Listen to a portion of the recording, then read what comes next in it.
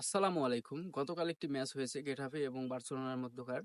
সে ম্যাচটির মধ্যে বার্সেলোনা কালকে যে আচরণগুলো করেছে, যেভাবে খেলেছে, আসলে এটা খুব ফুটবলের জন্য এটা খুবই দুঃখজনক এবং লজ্জাজনক একটি বিষয়। কেননা তারা প্রথম শুরুর দিকে যেভাবে খেলতেছিল, খুবই ভালোভাবে খেলতেছিল। গেটাফে পাত্তাই পাচ্ছিল না। তারা ৯ মিনিটের মধ্যে একটি গোল দেয়। গোল দিয়ে ১ গোলে এগিয়ে যাওয়ার পর তারা ভালোভাবে বলতে গেলে সেলিব্রেশনই করেনি। তারা এমনভাবে তাচ্ছিল্য করতেছিল গেটাফেকে। পরবর্তী টাইমে যখন ৩৬ মিনিটে আবার গেটাফে গোল ফেরত দেয়, গোল ফেরত দেওয়ার পরে রাফিনহা বলেন, ইয়ামাল বলেন, অলমো বলেন, সবাই আপ্রাণ চেষ্টা করে হামাগুড়ি দিয়েও আরেকটি গোল গেটাফেকে দিতে পারেনি। হয়তো তাদের প্রথম তাচ্ছিল্যর কারণ এটি হতে পারে। যদিও বল, পাস সবকিছুই তাদের বেশি ছিল। তাদের কাছে বল বেশি সময় ছিল। অনেক চেষ্টা করেছে, ভালো শুট নিয়েছিল, কিন্তু গোল দিতে পারেনি।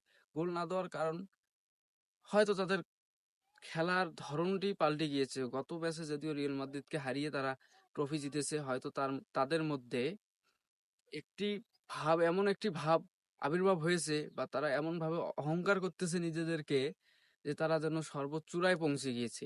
আসলে ফুটবল খেলা এমন একটি খেলা, বন্ধুত্ব সুলভ খেলা, কিন্তু বার্সেলোনা যেভাবে খেলতেছে কাউকেই আর গুনতেছে না, এমন একটি ভাব হচ্ছিল প্রথমের দিকে।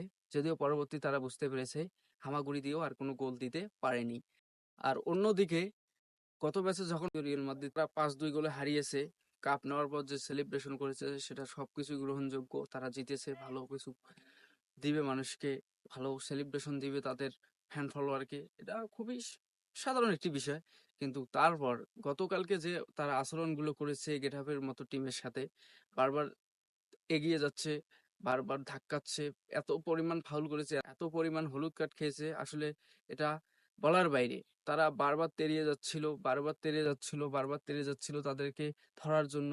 গতকাল রাফিনহা যে ব্যবহার করেছে, আমরা এর আগে যে ভিনিসিয়াসের যে রেড কার্ডটা দেখেছি, যে গোলকিপারকে টাচ করার কারণে তাকে রেড কার্ড দেওয়া হয়, কিন্তু গতকাল রাফিনহা যে ব্যবহার করেছে, রেড কার্ডের থেকেও, ওই ভিনির থেকেও খুব জঘন্য একটি ব্যবহার করেছে।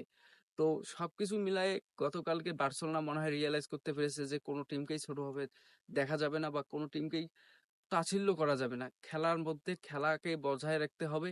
এখানে কোনো বাইরের ভাব বা বাইরের কোনো, তারা ট্রফি জিতেছে বলেই যে তারা সবাইকে তাচ্ছিল্য করে খেলবে, তারা ট্রফি জিতেছে বলেই যে কোনো দলকে দল মনে করবে না, আসলে তা না।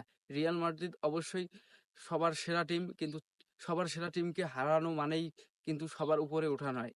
তো সবকিছু মিলায়ে বার্সেলোনার কালকের ব্যর্থতা, আমি সাধুবাদ জানাচ্ছি।